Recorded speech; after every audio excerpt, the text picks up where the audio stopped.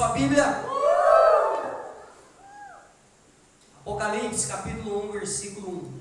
Revelação de Jesus Cristo, a qual Deus lhe deu para mostrar aos seus servos as coisas que brevemente devem acontecer. E pelo seu anjo as enviou e as notificou a João, seu servo, o qual testificou da palavra de Deus e do testemunho de Jesus Cristo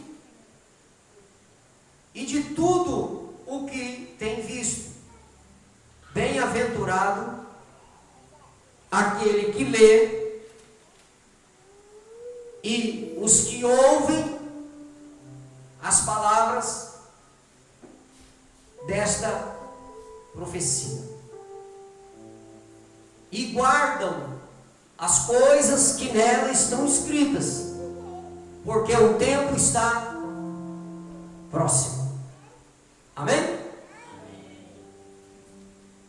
Nós vemos aqui no início Jesus orientando que tanto aqueles que leem como aqueles que ouvem devem crer nas palavras desse livro, porque o tempo está próximo e todas essas revelações irão se manifestar no mundo.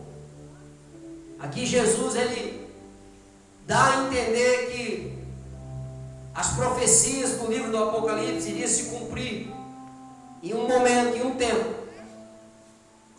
E eu creio que nossa geração hoje, eu digo, no ano de 2020, essa geração tem testemunhado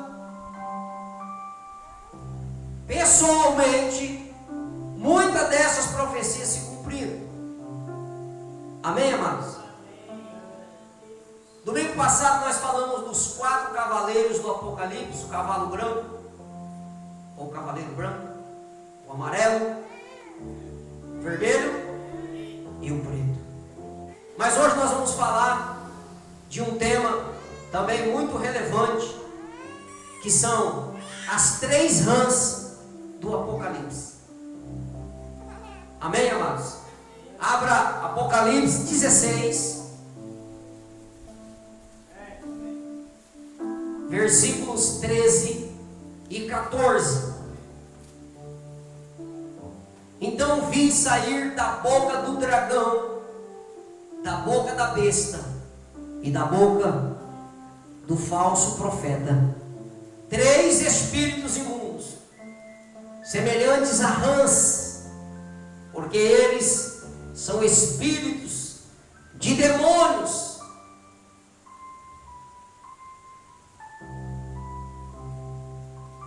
operadores de sinais, e se dirigem aos reis do mundo inteiro, com o fim de ajuntá-los para a peleja do grande dia do Todo-Poderoso. O simbolismo é muito usado no livro do Apocalipse. O simbolismo, que são exemplos de animais, objetos. No livro do Apocalipse é muito usada essa linguagem, de forma que uma mesma mensagem ela pode ser aplicada em vários sentidos. A rã na Bíblia, ela está associada aos animais considerados impuros, imundos, e aos deuses pagãos, tendo sido uma das pragas do Egito, a praga das rãs. Não precisa abrir, só para registrar, para você ler em casa. Êxodo capítulo 8. Jesus disse que não é o que entra pela boca do homem que o contamina, mas o que sai da boca do homem, isto sim contamina o homem. Então essas rãs imundas simbolizam, escuta isso, ensinos profanos Em Apocalipse 16, 13 ou 14, onde nós lemos, aparece 3 rãs como parte da 6ª taça da ira de Deus, que derrama flagelos sobre a terra, revela uma guerra. Escuta isso. Até parece que quando Jesus falou isso, ele queria realmente passar um recado para todo mundo e principalmente o Brasil, para a nossa nação. É o que dá a entender. Porque essas 3 rãs falam de uma guerra ideológica contra o cristianismo. Você vai entender o que é isso. O apóstolo João vê 3 personagens do mal juntos: o dragão vomitando uma rã, a besta vomitando uma segunda rã e o falso profeta vomitando uma terceira rã. Esses 3 podem ser chamados, escuta isso, de trindade satânica. Pois o inimigo tenta imitar a Deus o tempo inteiro. O inimigo sempre tenta imitar, sabendo que Deus, Pai, Filho e Espírito Santo, que existe a Santíssima Trindade. O inimigo, Satanás, vem também, como se fosse uma trindade satânica. Pois o inimigo sempre vai tentar imitar as obras do Senhor. E ele se manifestará através de uma trindade diabólica. A trindade de Satanás: o dragão, a besta e o falso profeta. Vamos entender um pouquinho esses 3 aqui. O próprio Satanás, que agirá nos últimos tempos. Apocalipse 12, versículo 9. E foi expulso o grande dragão e a antiga serpente, que se chama Diabo e Satanás, o sedutor de todo o mundo. Sim, foi atirado para a terra, e com ele os seus anjos. Aonde foi o dragão colocado, atirado? Para onde? Para a terra. O dragão sedutor, enganador, ele vive na onde? Aqui na terra. Pastor, pensei que o dragão vivia lá no inferno. O lugar dele é aqui na terra. O sedutor. Ele é o pai da mentira, como diz em João 8, 44. Vós sois do diabo, que é vosso pai, e quereis satisfazer-lhe os desejos. Ele foi homicida desde o princípio e jamais se firmou na verdade, porque nele não há verdade. Quando ele profere mentira, fala do que lhe é próprio, porque é mentiroso e pai da mentira. Amém? E ele agirá com toda forma de maldade. João 10:10, Jesus disse que ele vai agindo de tal maneira matar, roubar e destruir. Esse é o dragão, Satanás. Vamos entender um pouquinho a besta, ou seja, o anticristo, que perseguirá a igreja do Senhor. Apocalipse 13, versículo 1. Vi emergir do mar uma besta que tinha 10 chifres e 7 cabeças, e sobre os chifres 10 diademas, e sobre as cabeças nomes de blasfêmia. Apocalipse 17, versículo 3. Transportou-me o anjo em espírito a um deserto, e vi uma mulher montada numa besta escarlate, besta repleta de nomes de blasfêmia, com 7 cabeças e 10 chifres. É claro que são visões que precisam de buscar muito entendimento para esse significado dessas coisas que João viu. Como nós dizemos no início, são visões simbólicas, há um simbolismo por trás dessas visões. O apóstolo João avisou à igreja que o anticristo não é apenas uma pessoa.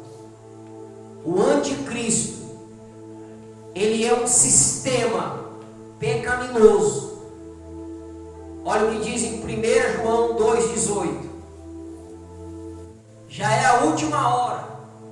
E como ouvistes que veio o anticristo, também agora muitos anticristos têm surgido, pelo que conhecemos que é a última hora.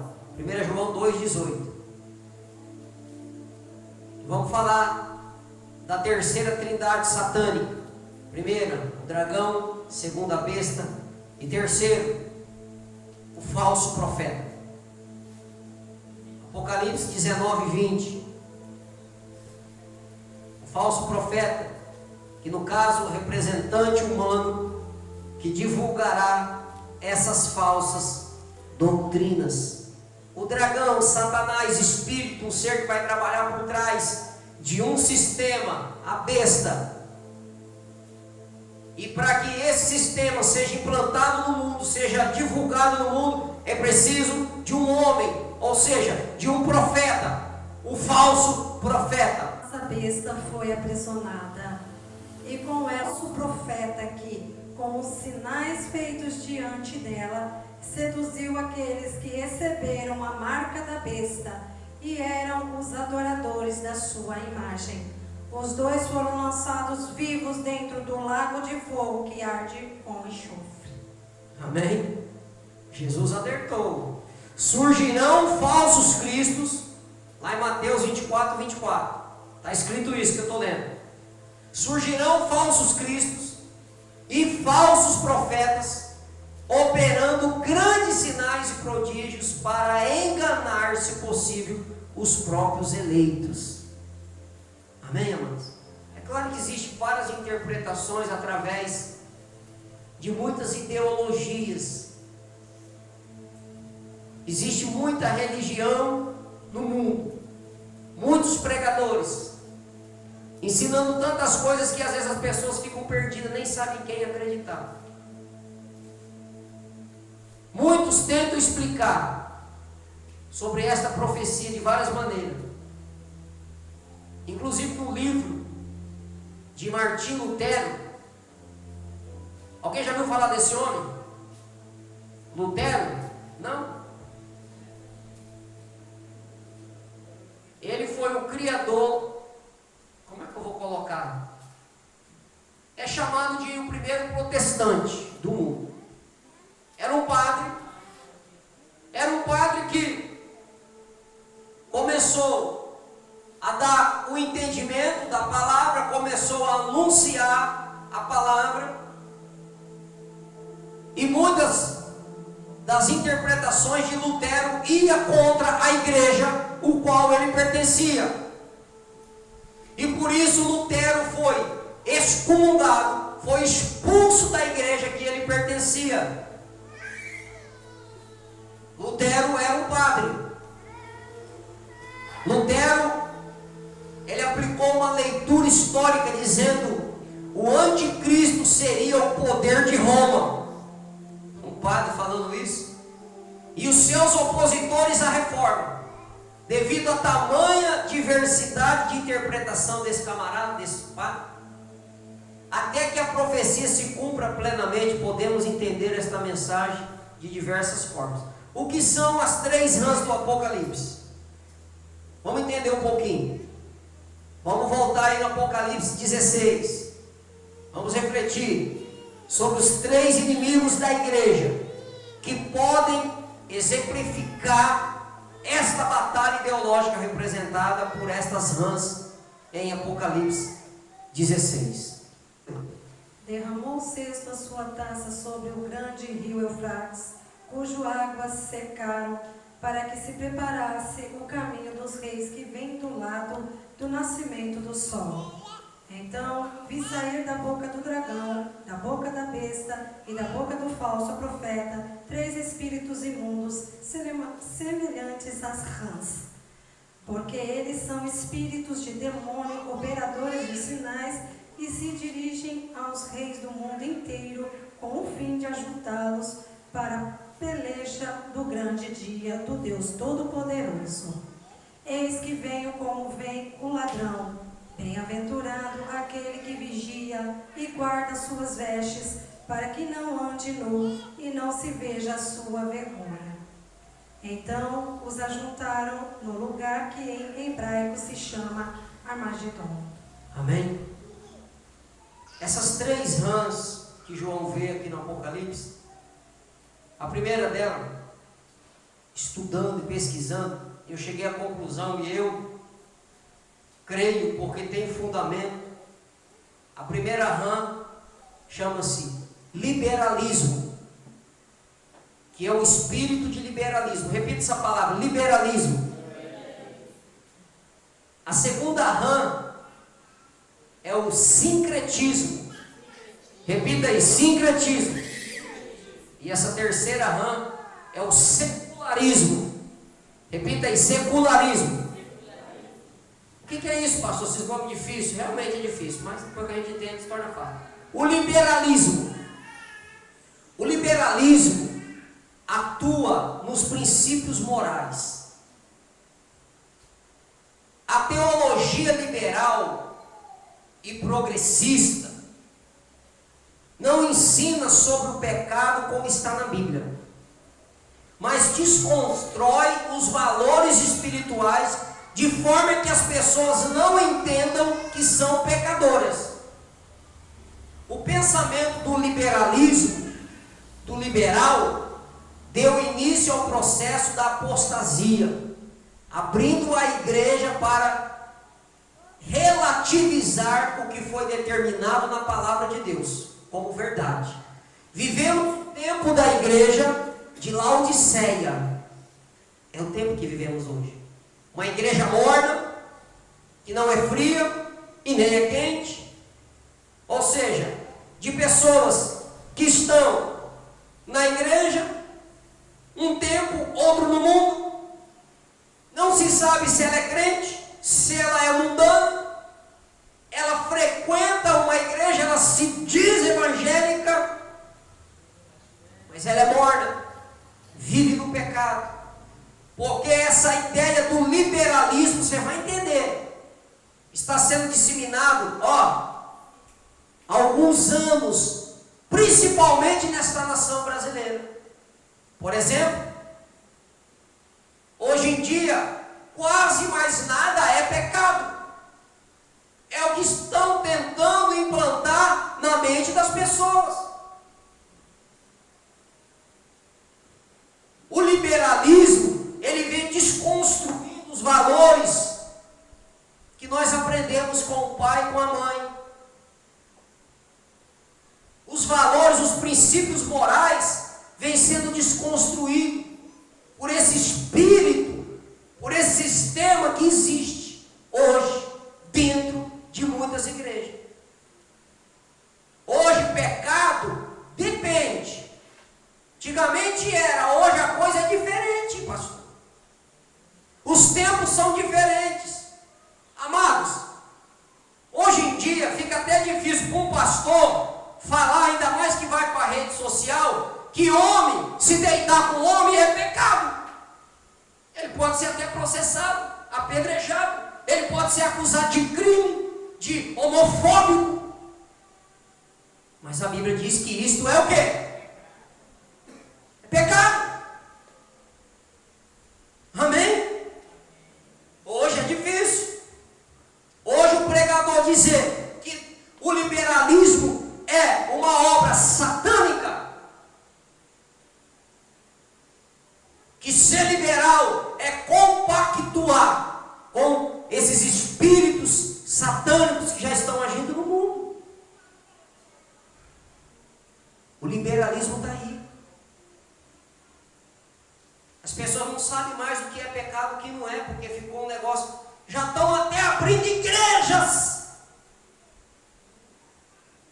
que batizam nas águas, que falam em línguas, que leem a Bíblia e que fazem casamento de mulher com mulher. E de até, esse dia teve uma igreja aí, não sei que lugar do mundo, que eu vi que fizeram um casamento de uma mulher com um cachorro. É o liberalismo. E nós aprendemos que isto é abominação. Um homem se deitar com um animal. Mas o liberalismo, a ideologia satânica, diz que o que importa é ser feliz. O importante é ser feliz, irmão. O importante é ser feliz. Oh, nós não podemos julgar ninguém. Nós não é Deus para julgar. Nós não estamos julgando. Nós estamos alertando que todo aquele que comete pecado vai para o fogo, vai para o inferno. É o que diz a Bíblia. A primeira rã é o liberalismo.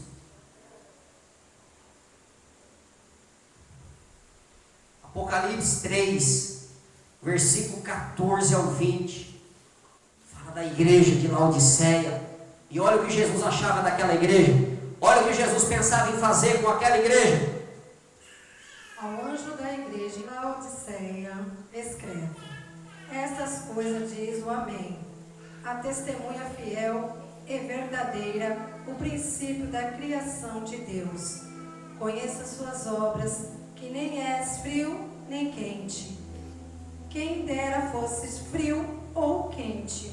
Assim, porque és morno, e nem és quente nem frio, estou a ponto de vomitar-te da minha boca. Pois dizes: estou rico e abastado, e não preciso de coisa alguma, e nem sabes que tu és infeliz, sim, miserável, pobre, cego e nu. Aconselho-te que mim compres ouro refinado pelo fogo para te enriqueceres, vestiduras brancas para te vestires, a fim de que não seja manifesta a vergonha da tua nudez, e colírio para ungires os olhos, a fim de que vejas. Eu repreendo e disciplino a quanto amo. Sê, pois, zeloso e arrependeste. Amém? Porque não é frio e nem quente. Jesus disse que está a ponto de vomitar. E para vencer o liberalismo, pastor, o que nós temos que fazer? Para vencer o liberalismo, fica um conselho para você: busque viver a santidade. Hoje de manhã eu me reuni com a liderança dessa igreja, com os líderes, e nós vamos nos reunir todo domingo, 8 horas da manhã, com a liderança. Fizemos um clamor pelo planeta, por todos os continentes, pelas nações, pelas autoridades.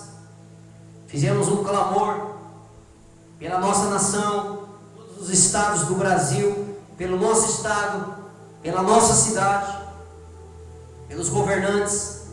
Amém, líderes? Clamamos, estendemos as mãos e pedimos a bênção do Senhor. Mas a mensagem que eu trouxe hoje para os líderes, e eles vão passar para os seus discípulos, é essa: viver em santidade. Viver em santidade. Fuja do liberalismo. Esse papinho que tudo pode e nada é pecado, meu irmão, foge disso. Porque isso é espírito de sedução, de engano. Diga: liberalismo, estou fora. Santidade, eu quero.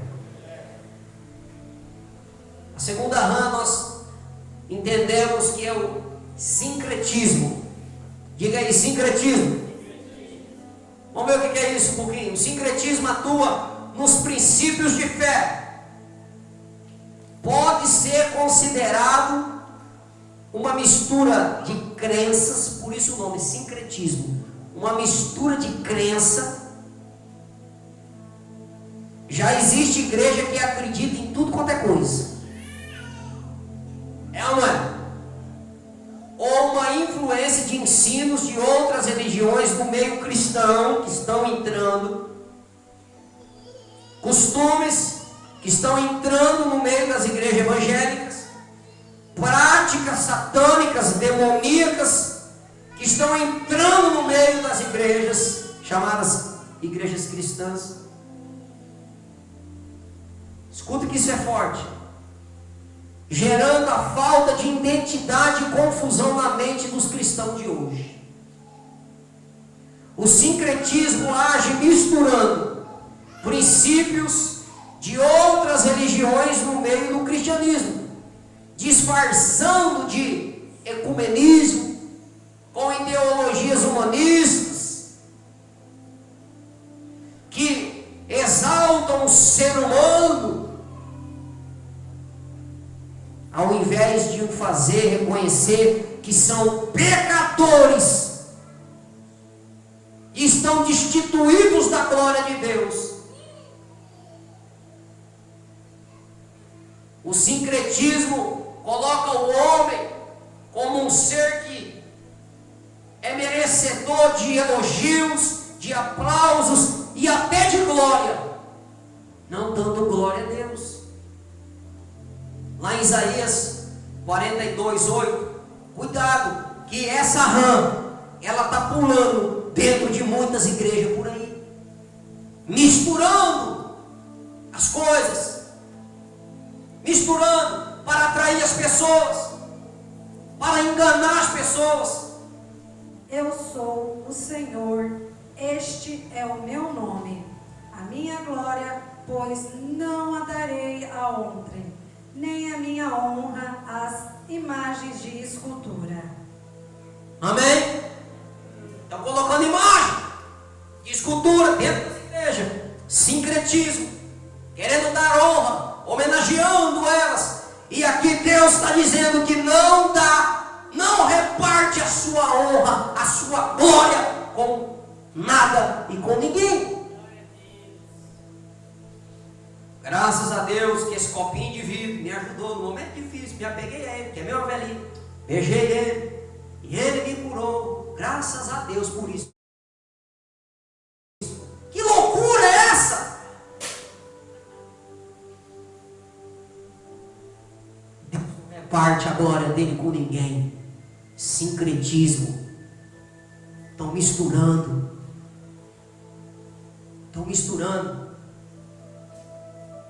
Deus não apoia o erro, Deus não apoia o pecado, sincretismo. Isaías 43 agora, versículo 7, pastor. A todos os que são chamados pelo meu nome, e os que criei para minha glória, e que formei e fiz. Traze o povo que ainda que tem olhos, é cego e surdo, ainda que tem ouvidos. Amém? Assim estão vivendo as pessoas. Tem olhos, mas são cegos. Tem ouvidos, não escutam mais. Irmão, isso é pecado. Você vai para o inferno, está fazendo a mesma coisa. Virou um balaio de gato no negócio. Estão nem aí mais. Sincretismo, espírito de confusão na mente das pessoas, falta de identidade dos cristãos de hoje. Cuidado, olha, eu vou falar aqui, é sério. O que eu vou falar aqui é sério. Já estão misturando dentro da igreja até obra de macumba, de terreiro, dentro das igrejas. Antigamente o cara queria tomar um banho de sal grosso, ele ia na onde? Lá no Pai de Santo, no macumbeiro. Um banho de arruda. Hoje em dia ele pega a Bíblia, ele vai para a igreja, toma banho de arruda, toma banho de sal grosso nas igrejas. Sincretismo. Sabe por que isso? É para agradar todo mundo, é para não perder as pessoas.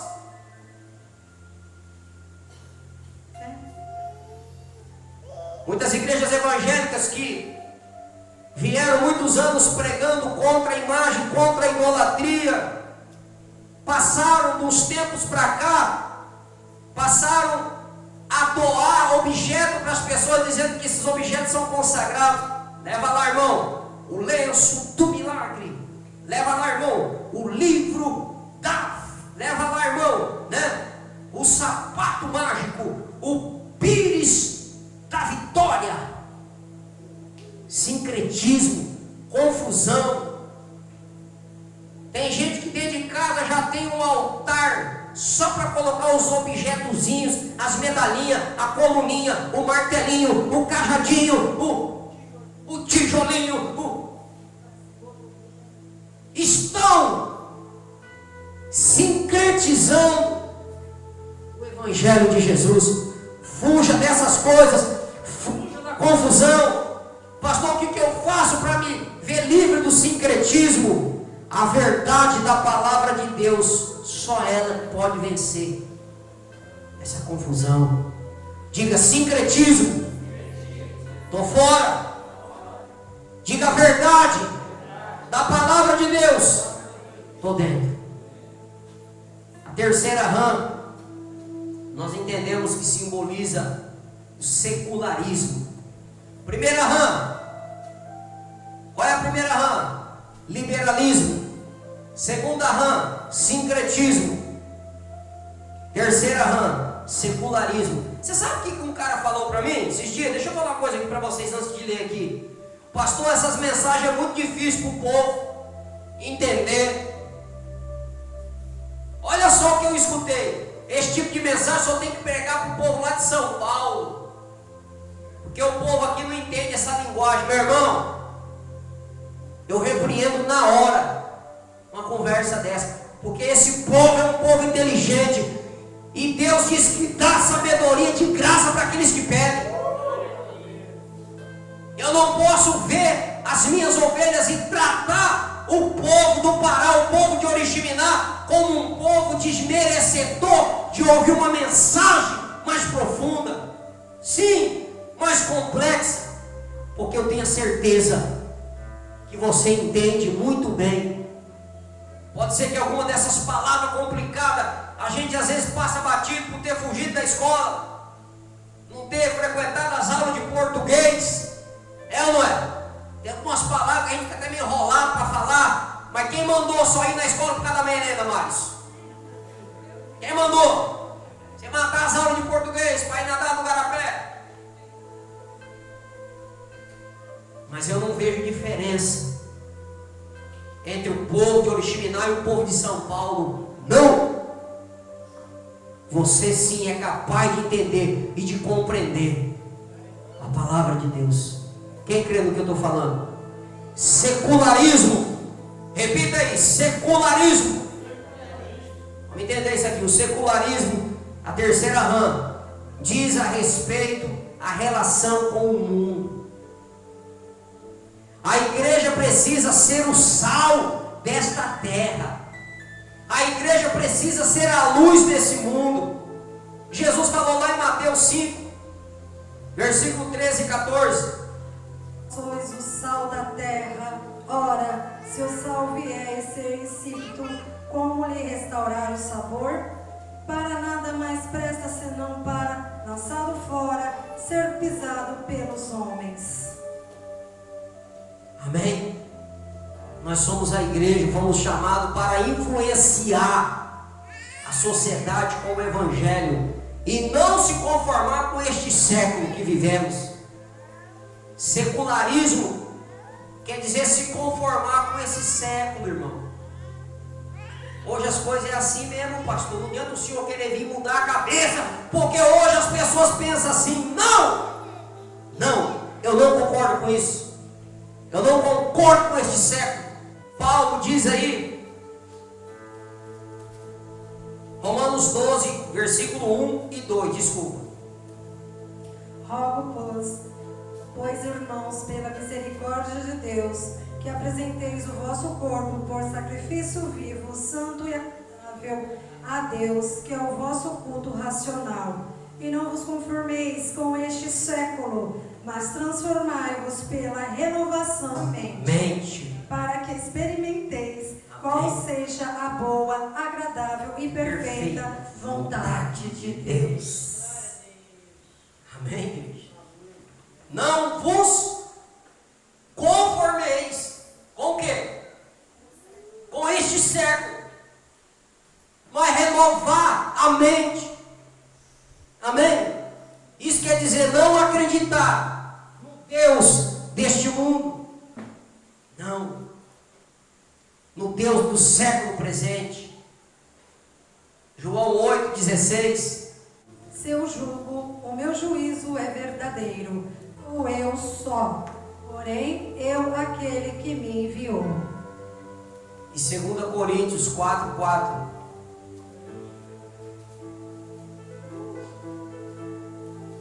Quem achou, diga amém. Quem achou, diga célula.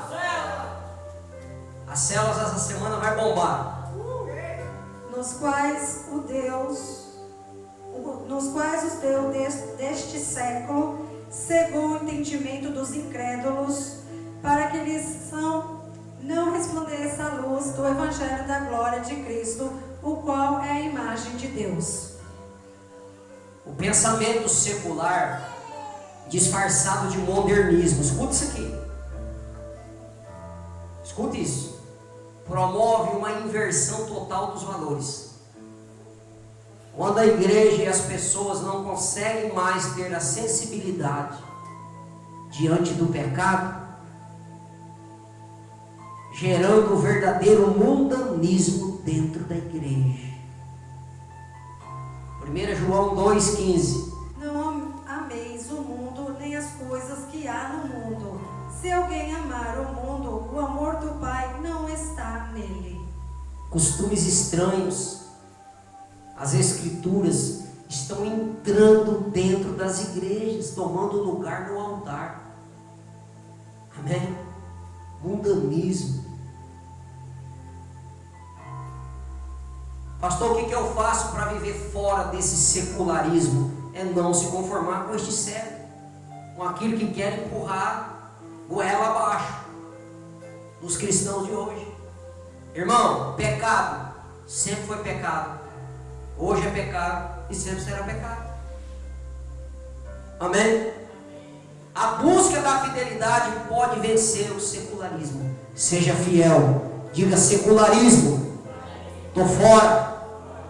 Diga fidelidade, eu quero. Aplauda o nome do Senhor. Para concluir, não seja enganado. Em Mateus 24:12,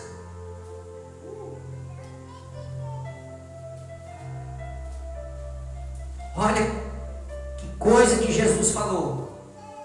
Estamos vivendo isso hoje. Por se multiplicar a iniquidade, o amor se esfriará de quase todos. O que está acontecendo hoje no mundo é o cumprimento dessa profecia apocalíptica, a apostasia dos últimos tempos. Marcos 13, leia, pastora, 20 ao 22. Não tivesse o Senhor abreviado aqueles dias, e ninguém se salvaria mais. Por causa dos eleitos que eles escolheu, abreviou tais dias. Então, se alguém vos disser, eis aqui o Cristo, ou ei-lo ali, não acrediteis, pois surgirão falsos cristos e falsos profetas, operando sinais e prodígios, para enganar, se possível, os próprios eleitos. Amém. Precisamos estar atentos e pedir a Deus discernimento, entendimento espiritual, para entender o cumprimento das profecias dessas coisas que estão acontecendo. Precisamos ficar firmes e esperar no Senhor sem vacilar. Para isso é preciso buscar santidade. Amém? Para não cair no liberalismo. Aprender a verdade da palavra. Por isso que eu digo, vem para a escola de líderes. Vem aprender a palavra de Deus. Vem aprender as verdades para não ser enganado pelo sincretismo. E ser fiel ao Senhor para não ser levado pelo secularismo. Persevere, seja vigilante, pois Jesus disse que aquele que for fiel até a morte, esse será salvo. Amém? Amém. Glória a Deus. Amém. Aleluia. Vamos ficar de pé. Essas três rãs apocalípticas, essa visão que João teve, já está nesse mundo. Espírito de confusão. As pessoas não têm mais identidade cristã, né? Misturando tudo. Mundanismo dentro das igrejas. Quase mais nada é pecado. O importante é ser feliz. Foge dessas coisas. Busque a santidade, amados. Sem santidade, sem santificação, ninguém verá Deus. Amém?